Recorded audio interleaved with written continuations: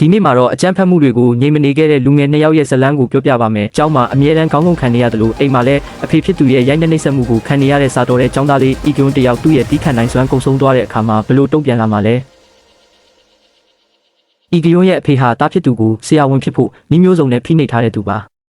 ဤကယွန်းရဲ့အကိုဖြစ်သူဟာလည်းဒီလို PR တွေကြောင့်ပဲကိုအဆုံးစီရင်သွားခဲ့ရတာပါ။ဤကယွန်းရဲ့လက်ထဲမှာအမြဲကင်ထားတဲ့နှကြက်ပါတဲ့ကက်ဆက်လေးဟာတေဆုံးသွားတဲ့အကိုဖြစ်သူရဲ့တခုတည်းသောအမတ်တရပစ္စည်းဖြစ်ပါတယ်။ဤကယွန်းရဲ့အဖေကတားအကြီးဆုံးကိုဆုံးရှုံးသွားတဲ့အတွက်သူ့ရဲ့မျှော်လင့်ချက်အားလုံးကိုဤကယွန်းအပေါ်ပုံချလိုက်ပါတယ်။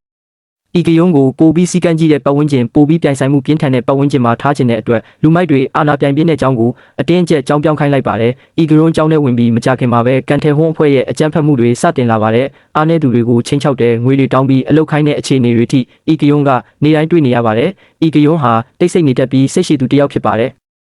ကြောင်းပြောင်းလာတဲ့ဤကယုံကိုကျောင်းကလူမိုက်တွေကစိန်ခေါ်လာကြတယ်အထူးသဖြင့်သူ့အကိုရဲ့ကက်ဆက်လေးကိုဖျက်ဆီးလိုက်တဲ့အချိန်မှာတော့ဤကယုံရဲ့စိတ်ထဲမှာငကားတစ်ကောင်နိုးထလာပါတော့တယ်အေးဆက်ပြီးစာပဲလုပ်နေတဲ့ကျောင်းသားလေးရဲ့အတွင်းစိတ်ထဲမှာဘယ်သူမှမသိတဲ့တိုက်ခိုက်ရေးတွေရှိနေခဲ့တာပါလူမိုက်တွေကသူ့ကိုအနိုင်ကျင့်မှုစူးစမ်းပေမဲ့တကယ်တမ်းမှာတော့သူတို့ဟာကြားရှိမှယုံလေးတွေလိုဖြစ်သွားခဲ့ရပါတယ်ဤကယုံကအနိုင်ကျင့်တဲ့သူတွေကိုတယောက်ချင်းစီအလဲထိုးပစ်လိုက်တယ်အဲ့ဒီကျောင်းမှာပဲဤကယုံနဲ့တူတူအတန်းတက်တဲ့ကျောင်းသားကန်ယုံကီဆိုသူကအမှန်တရားကိုလိုလားပေမဲ့ကြောက်ရွံ့မှုကြောင့်တိတ်ဆိတ်နေခဲ့ရတဲ့သူတယောက်ပါကန်ယုံကီကဤကယုံရဲ့ပြန်တိုက်ခိုက်ပုံကိုဘေးကနေစိတ်ဝင်စားစောင့်ကြည့်နေပါတယ်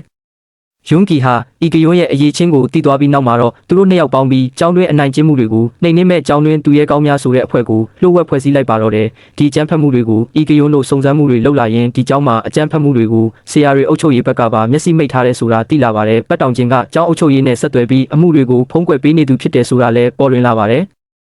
ဒီအချိန်မှာဤကယွန်းအတွက်ရန်သူဟာအကြောင်းသားတွေမဟုတ်တော့ပါဘူးစနစ်တစ်ခုလုံးကိုစန့်ကျင်ရတဲ့တိုက်ပွဲဖြစ်လာပါတယ်ကျောင်းပွဲတော်နေ့မှာလူမိုက်ကန်ထဲဟွန်းအဖွဲ့ကအကြမ်းဖက်မှုကြီးတစ်ခုပြုလုပ်ဖို့စီစဉ်ထားပါတယ်ဤကယွန်းနဲ့ကန်ယွန်းကီတို့ကအမှန်တရားကိုလူထုရှေ့ထုတ်ဖော်ဖို့ဆုံးဖြတ်ကြပါတယ်ဖုန်းထဲကဗီဒီယိုတွေအတန်မတန်းတွေကိုအသုံးပြုပြီးကျောင်းသားတွေရှေ့မှာအကြမ်းဖက်မှုတွေကိုဖော်ထုတ်ချပြတဲ့အခါကျောင်းတစ်ကျောင်းလုံးတုန်လှုပ်သွားခဲ့ပါတယ်လူမိုက်ကန်ထဲဟွန်း၏အကြမ်းဖက်မှုအမှန်တရားတွေပေါ်ထွက်သွားချိန်မှာဆရာတွေအုပ်ချုပ်ရေးဘက်ကလူတွေကအလွန်စိတ်လှုပ်ရှားသွားခဲ့ပါတယ်အထူးသဖြင့်ကန်ထဲဟွန်းအဖွဲ့ကိုကာကွယ်နေခဲ့တဲ့ဘက်ကလူတွေဟာဗီဒီယိုနဲ့အတန်မတန်းတွေကြောင့်ပြန်လည်ညှင်းမရတော့တဲ့အခြေအနေရောက်သွားပါတယ်ကန်ထဲဟွန်းကအစမှာတော့အာဏာနဲ့ချင်းချောက်ပြီးအခြေအနေကိုထိန်းချုပ်ဖို့ကြိုးစားပါတယ်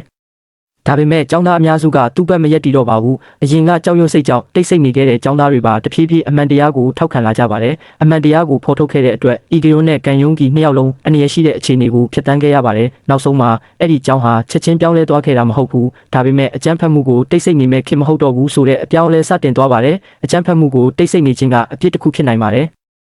ဒီလိုလူငယ်ဘဝကိုတီတီမီမီပြသထားတဲ့စကားကိုတင်ဘလို့မြင်ပါတလဲအကြမ်းဖက်မှုကိုတိတ်ဆိတ်နေတင်လားစန့်ကျင်တင်လားဆိုတာတင်အမြင်ကိုမှတ်ချက်မှာရေးခဲ့ပေးပါဒီလို movie recap တွေကိုဆက်လက်ကြည့်ချင်ရင် channel ကိုစာရင်းသွင်းထားဖို့မမေ့ပါနဲ့ like and share လေးလုပ်ပေးသွားဖို့မမေ့ပါနဲ့ဥပြနောက်ထပ်စိတ်ဝင်စားစရာစကားတွေကိုထပ်မံတင်ဆက်သွားမှာမို့ဆက်လက်စောင့်ကြည့်ပေးကြပါဦး